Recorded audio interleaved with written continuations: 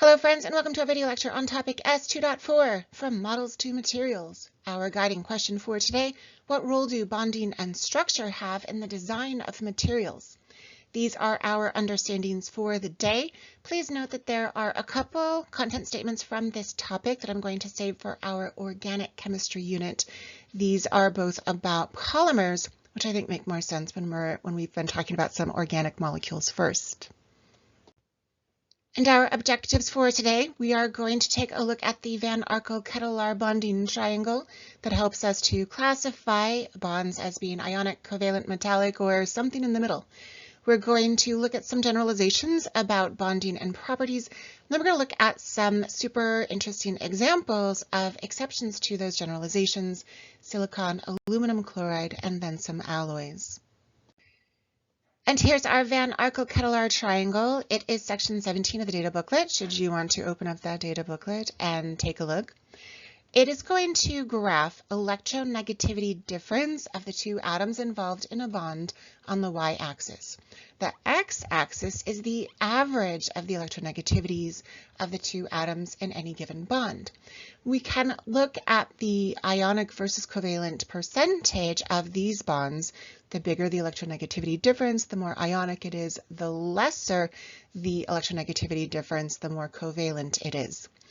Please note that despite the pretty distinct lines between ionic, covalent, and metallic, it is in fact a continuum. And so we've got super metallic things, and then less metallic, starting to be a little bit ionic, but just barely ionic, but then super ionic, and the same thing along the covalent lines. What's lovely about this triangle is that it allows us to make predictions about the properties of substances, and then we can choose the substances that we want to design new things, to solve problems, or to make machines better. This table is showing us lots of properties and then predictions related to those properties regarding the bonding that we're going to find in any given substance.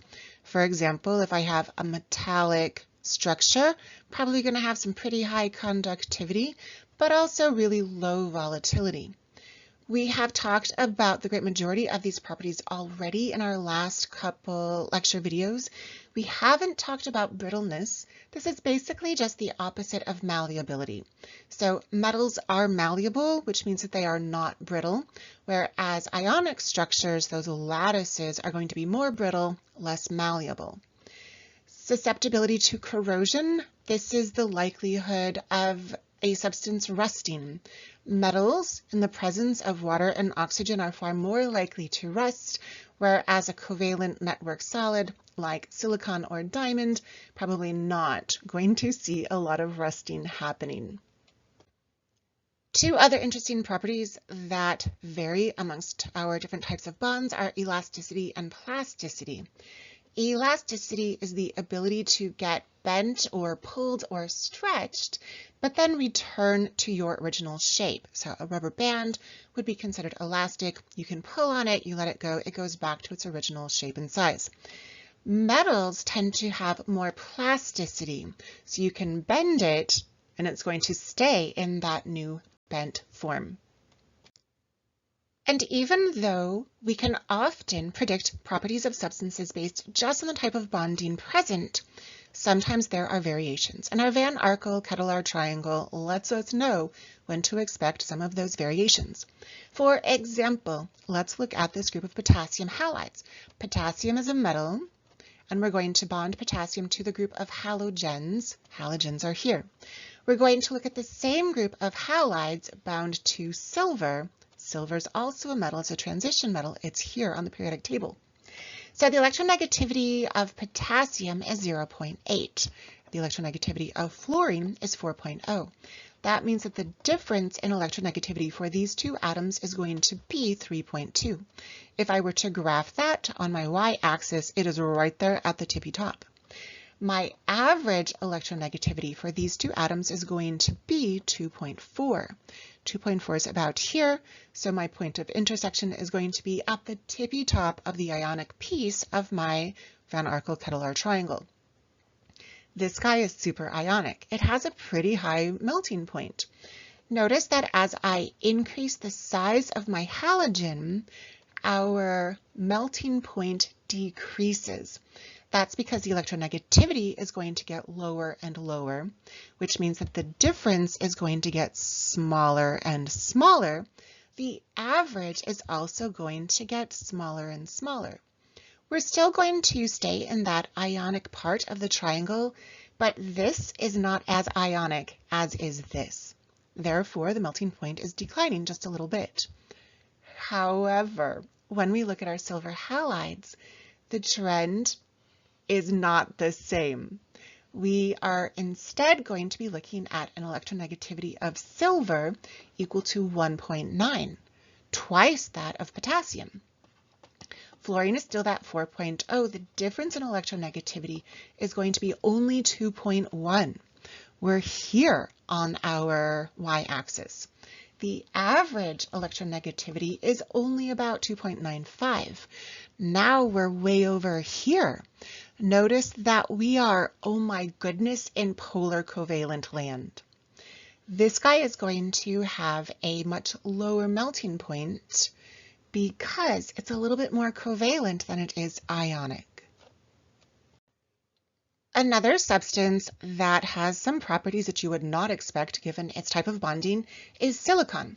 Silicon is here in the same family as carbon on the periodic table. It has 4 valence electrons just like carbon, and also just like carbon, it can form network covalent solids. So remember that this is where we have nonmetal atoms sharing electrons, but they're forming a lattice, much like an ionic compound. So you've got atoms that are regularly spaced. They are sharing electrons, so again, a covalent bond, but it's an undefined number, so it can be quite large. Super high melting points due to this lattice structure. Unlike carbon and its amazing diamond structure, because silicon's a little bit bigger than carbon, these bonds are not quite as strong, and so silicon is not as strong as is diamond. But it looks like a metal. Silicon, despite having covalent bonds, also has some metallic properties. It's lustrous. It can also conduct electricity, but because it's a semiconductor, it conducts electricity only if it's heated, or we shine some light on it, or add some impurities, or do something to kind of instigate that conductivity. Why does silicon have these metallic properties? Well, let's look at the electronegativities and our vanArkel-Ketelaar triangle. The electronegativity of silicon is 1.9. The difference between silicon and silicon, of course, is going to be 0, so that's our y-axis number. Our average 1.9 and 1.9 is going to be, of course, 1.9, which is here. Oh my goodness. Look where it lies on our vanArkel-Ketelaar triangle, right on the border of metallic and covalent. This guy does have some covalent properties. It's brittle. It is not malleable like a metal. If I hit it with a hammer, it's going to shatter into lots of pieces instead of dent. It is also going to form acidic oxides if I react it with water. Remember that metals form basic oxides, whereas nonmetals form those acidic oxides. But it's a semiconductor. It can conduct electricity, and it's shiny like a metal. Another substance that displays some unexpected properties given its bonding type is aluminum chloride. Aluminum is a metal, chlorine is a non-metal, metal-non-metal should make an ionic compound that has ionic properties. And aluminum chloride does have some ionic properties, but it also has some covalent properties. Let's look at the electronegativities to figure out why. Aluminum is 1.6 and chlorine is 3.2. The average of these two is going to be 2.4. That's like right there. The difference is 1.6. Like right there. When I put these on my graph, we're right at the edge of ionic and polar covalent. And so this guy, this substance, does show both ionic and covalent properties. Under normal pressure, it is going to form the expected ionic lattice. It has a pretty high melting point. However, if I subject it to very high pressure, it instead forms what we call a dimer. Dimers are formed from 2 units. That's the di part of dimer. Here we can see 1 aluminum with the 3 fluorines. Here's my other 1 aluminum with 3 fluorines. Those are the 2 pieces that make up the dimer. This, again, only under high pressure, has a melting point of only 190 degrees Celsius.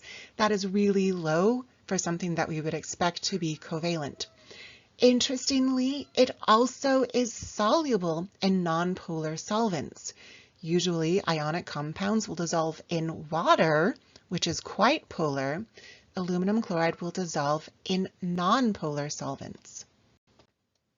We're going to look at several examples of alloys and how they have some properties that are not predicted for metallic structures, despite alloys being mixtures of metals. We call alloys mixtures instead of compounds because there is no fixed proportion. Remember, in our definition of compounds, we are going to have fixed or set proportions. Water is always H2O. Hydrogen peroxide is H2O2.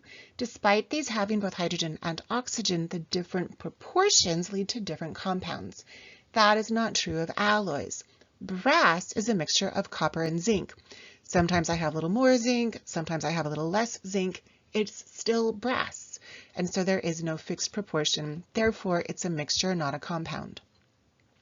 What's pretty cool about having these mixtures of metal cations in these metallic structures is that we are going to reduce the malleability of the substance.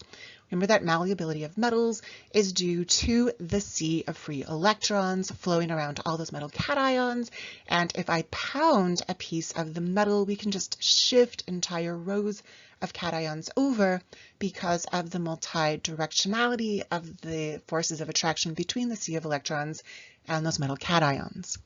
But if I introduce cations of different sizes, now we don't have that lovely, regularly spaced rows and columns of cations. Instead, I've got a little bit of a mess. And that little bit of a mess means that if I try to pound it, these guys just can't slide around each other as easily. So alloys are far less malleable than regular pure metals. And just for fun, here are a couple super cool examples of alloys, really weird and super cool examples. This one is sodium-potassium alloy. It has a crazy low melting point, and it is actually a liquid at room temperature. Because it is in that liquid phase, we can use it to cool nuclear reactors. This one is an example of a shape memory alloy. So we've got some shape of this alloy. When it's cold, we can bend it. It's malleable, it's ductile, it is going to keep that new shape, but oh my gosh, if you heat it up, it pops right back to the original shape. How cool is that? An amazing property of alloys that we humans absolutely take advantage of when we're designing materials, especially for structures, is another unexpected property given that alloys are metallic structures. Alloys are far less susceptible to corrosion, rusting, than are pure metals. Here we have a pipe made of steel. Steel is an alloy that is primarily iron and carbon. There is a little bit of rusting on these pipes, but not nearly as much as we would expect if we had pure iron. Here we have galvanized steel. Galvanizing steel adds either a protective barrier to the outside, or we have a sacrificial barrier that then turns into some kind of protective barrier. We can paint with some kind of rust-proofing paint our alloys. That'll be a lovely barrier. Or we can add, again, that sacrificial barrier. Stainless steel has a sacrificial barrier of chromium. So what happens when this stainless steel is exposed to oxygen is that the chromium is actually going to be oxidized. That is going to lead to the production of this layer of chromium oxide on the outside of our piece of steel. That is going to set up a barrier, so no further oxidation of the actual steel will occur. All of that chromium was sacrificed, hence that sacrificial layer, to produce that barrier to protect the rest of the alloy. And perhaps the two most commonly known alloys are those of copper, brass, and bronze. Brass is an alloy of zinc and copper, whereas bronze is an alloy of tin and copper. Brass, despite being an alloy, is still fairly malleable. It's also got some pretty fantastic acoustic properties, and so we use it to make a lot of musical instruments. Interestingly, brass also has some pretty fantastic antimicrobial properties, and so we put it on door handles of public spaces like in hospitals. Bronze is significantly stronger than its copper. We used to use it quite a bit to build tools and in shipbuilding, and then of course to make coins. And hopefully we're feeling pretty confident about our abilities to answer the guiding question, what role do bonding and structure have in the design of materials? Because if we can predict the properties of materials, then we know which ones to choose when we're building things or designing machines or solving problems that humans face. In order to figure out bonding, we need to know our vanArkel-Ketelaar bonding triangle.